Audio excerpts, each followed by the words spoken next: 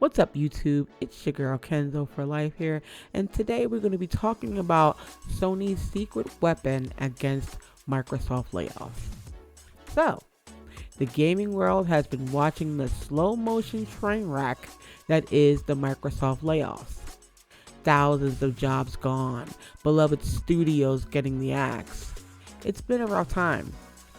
And while all that chaos is unfolding, Sony is over in the corner, quietly executing a plan that might just let them dominate the entire generation.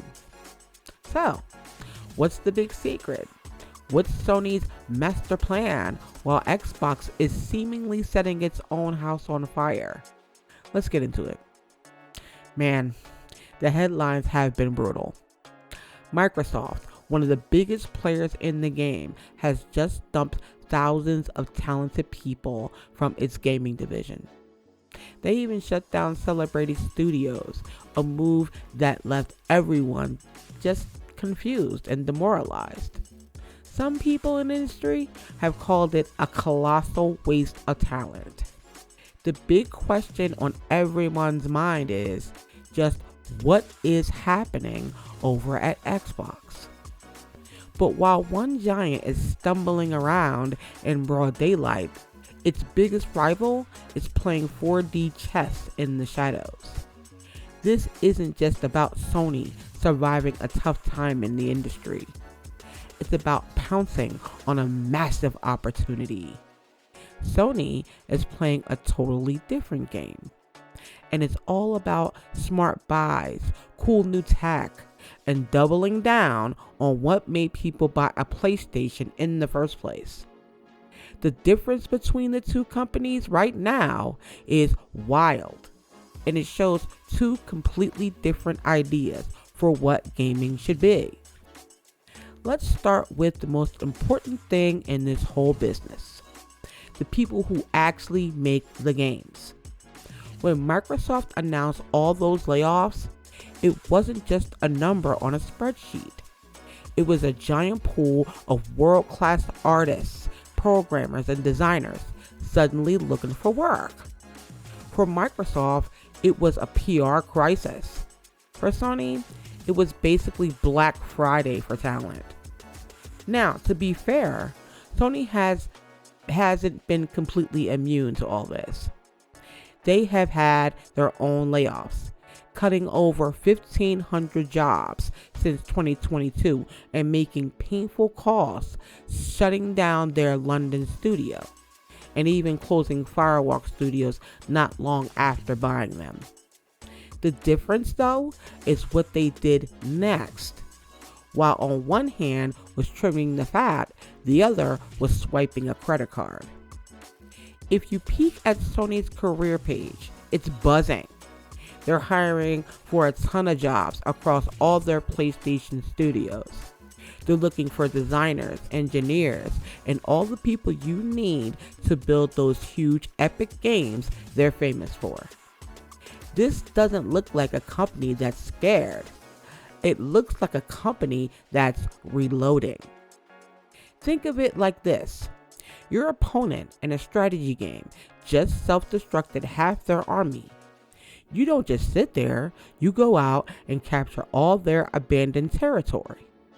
Sony is quietly scooping up years of experience and knowledge that just a few months ago was working for the competition. It's a low-key power move that could pay off big time for the next generation of games. If talent is the army, then exclusive games are the super weapons. And this is where Sony's plan is blindingly obvious. For years, PlayStation's whole identity has been about its incredible must-play single-player games, while Microsoft is trying to cast a wild net with Game Pass, hoping you'll find something you like. Sony is busy sharpening its spear. The company is still dumping money into its heavy hitters, the studios behind games like God of War and Horizon. They're busy cooking up new massive open world RPGs and cinematic adventures designed to push the PS5 to its absolute limit. These aren't just games. They're the entire reason a lot of people pick PlayStation over Xbox. This laser focus on blockbuster exclusives is Sony's biggest defense, and it's even more important now that Microsoft's own game pipeline is a giant question mark. Closing a studio like Tango Gameworks right after they released the award-winning Hi-Fi Rush has made a lot of people question what's going on with Xbox's creative vision. When gamers see studios closing on one side and a steady beat of huge story-driven exclusives on the other, the choice gets pretty simple. Sony isn't just selling a console. It's selling a guarantee of amazing adventures you can't get anywhere else. In a time of chaos, that's a pretty valuable promise. By the way, if you're enjoying this breakdown of the console war chaos, do me a solid and hit that like button. It helps a ton, and I'll know to make more videos like this. Sony's plan isn't just about the games. It's about the box you play on. The console war has always been about who has the cooler toys.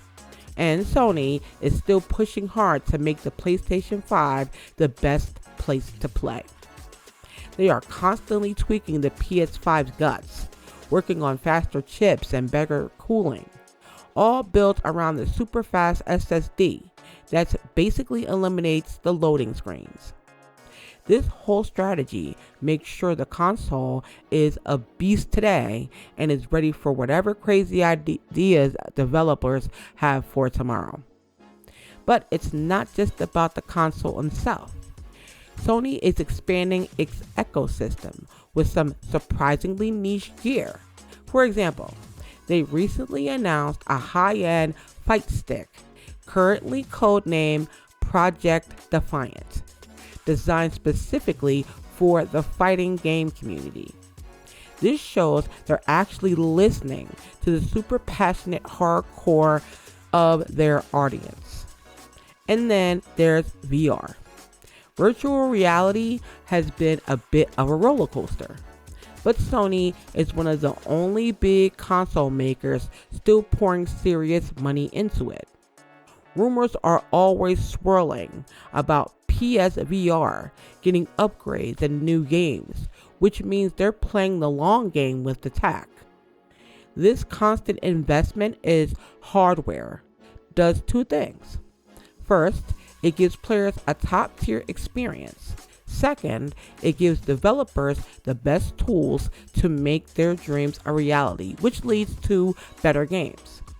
It's a feedback loop of awesomeness that makes it really hard for anyone else to compete. No gaming company today can get by without a good subscription service. And Sony is slowly but surely beefing up PlayStation Plus. It might not be a day one for everything copy of Game Pass, but Sony is carving out its own niche. They're always tweaking the PS5 Plus tiers, trying to find that perfect mix of classic games, indie gems, and maybe even some big day one releases in the future. They're always investing in cloud gaming to let people play their games on more devices than just the console under their TV. It's all about making the ecosystem so valuable that you never want to leave. But here's the most interesting part. Sony is actually learning from its mistakes. The company's big push into live service games has been, well, a bit of a disaster. We saw the struggles at Bungie and the absolute faceplant of Concord, which led to Sony shutting down Firewalk Studios right after buying them. But instead of stubbornly pushing a failing strategy, they seem to be hitting the brakes and rethinking things. This might actually lead them to pivot back to where they do best, making amazing single-player games that you play, finish, and remember forever. In a weird way, it's a brilliant move. While everyone else is fighting for a slice of the messy live service pie, Sony could refocus on its core strength, making the PlayStation the undisputed king of polished, story-driven games. So what is Sony's secret weapon in all this? Honestly, it's not a secret at all. It's something far more powerful, a boringly consistent strategy that actually works. They are investing in powerful hardware. They are protecting their pipeline of must-play exclusive games. They are strategically snatching up top-tier talent while their rival is in disarray. And they're willing to admit when an idea sucks and pivot back to what they're good at. This whole plan is how Sony is trying to not just survive the industry storm, but use the chaos to its advantage. While Microsoft is trying to figure out what it even wants to be, Sony is providing some very clear, very loud, and very compelling answers. They are building a fortress of talent and games that might just be impossible to tear down. But hey, that's just my take. What do you think?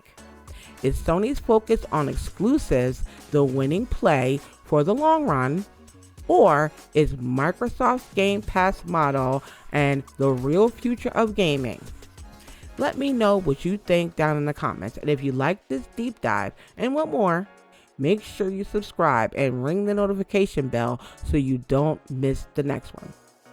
Thank you guys for watching. Stay frosty.